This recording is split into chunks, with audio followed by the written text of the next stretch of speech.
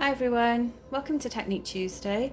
This week I thought I'd show you how to line a cake pan, as I'm sure you all know there's nothing more frustrating than when you've baked a lovely cake and it sticks to the pan. So all you need is your chosen cake pan, some parchment paper and some spread, butter, shortening, whichever you normally use. So I've got my regular pan here and I have a piece of parchment paper which, as you can see, is much longer than the tin. And I'm just going to spread a little bit of my vegan spread that I use on the sides and the bottom of the pan. And let's go ahead.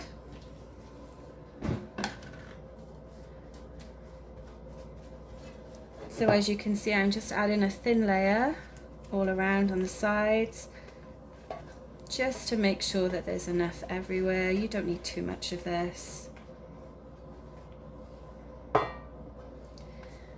And then I'm going to pop my parchment paper in, give it a push down. And when I use a loaf tin, as you can see, there's quite a bit of overhang here and here.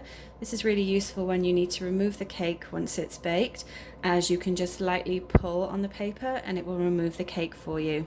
So there you go, a nicely lined tin. Thanks for watching, bye.